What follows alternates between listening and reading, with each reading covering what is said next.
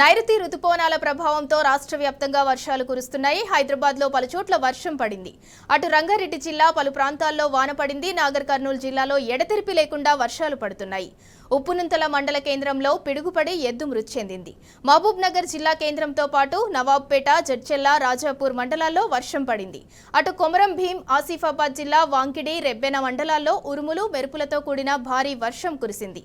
ఆదిలాబాద్ జిల్లా ఉట్నూరు మండల కేంద్రంలో మోస్తరు వర్షం పడగా నిర్మల్ జిల్లాలో ఉరుములు, మెరుపులతో కూడిన వర్షం కురిసింది.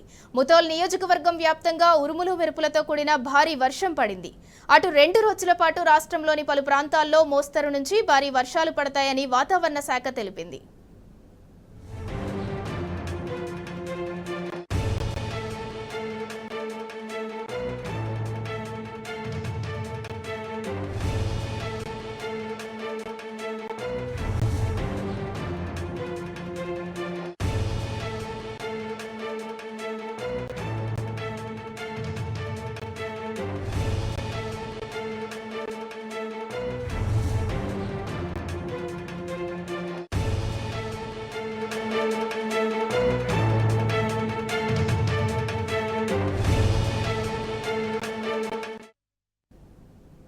తెలంగాణ వ్యాప్తంగా భారీగా వర్షాలు కురుస్తున్నాయి. ఇక వర్షానికి సంబంధించి మరింత సమాచారాన్ని మా ప్రతినిధి వంశీ అందిస్తారు.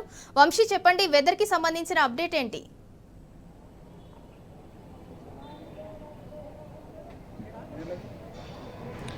నైరుతి రుతుపవనాల ప్రభావంతో రాష్ట్ర వ్యాప్తంగా కూడా విస్తారంగా వర్షాలు కురుస్తూ ఉన్నాయి. ఇప్పటికే అటు కేరళ కావచ్చు, కర్ణాటక, తమిళనాడు, ఆంధ్రప్రదేశ్తో పాటుగా అటు తెలంగాణ రాష్ట్రంలో కూడా నైరుతి రుతుపవనాలు మెల్లమెల్లగా విస్తరిస్తున్నటువంటి పరిస్థితి కూడా మనం చూస్తూ ఉన్నాము. నైరుతి రుతుపవనాలు బలంగా కదలడానికి మరొక కారణం ఏమనగా అటు ఏదైతే ఉత్తర కోస్తాంధ్ర సమీపంలో కొనసాగుతున్నటువంటి ఒక ఉపరితల ఆవర్తన ప్రభావంతో కూడా నైరుతి రుతుపవనాలు చురుగ్గా కదులుతున్నాయని కూడా చెప్పవచ్చు. దీని ప్రభావంతో అటు రాష్ట్రంలో విస్తారంగా వర్షాలు కురుస్తున్నటువంటి పరిస్థితి కూడా మనకు కనిపిస్తూ ఉంది. ప్రజెంట్ హైదరాబాద్ నగరంలోని పలు ప్రాంతాల్లో తేలికపాటి నుంచి ఓ మోస్తరు వర్షాలతో పాటుగా పలు ప్రాంతాల్లో భారీ వర్షాలు కురుస్తున్నటువంటి పరిస్థితి కూడా మనం చూస్తూ ఉన్నాం. అటు మహబూబ్ నగర్కి సంబంధించి కూడా మహబూబ్ నగర్లో కూడా పలు చోట్ల తేలికపాటి నుంచి ఓ మోస్తరు వర్షాలు కురుస్తున్నటువంటి పరిస్థితి కూడా మనకు కనపడతా ఉంది. దాంతోపాటుగా నాగర్ కర్నూలుకి సంబంధించి చూస్తే మాత్రం అక్కడ పలు ప్రాంతాల్లో తేలికపాటి నుంచి ఓ మోస్తరు వర్షాలు పడటంతో పాటుగా అక్కడ పిడుగుపాటికి ఓ మహిళ మృతి చెందినటువంటి పరిస్థితి కూడా మనకు కనిపిస్తూ ఉంది. మొత్తం మీద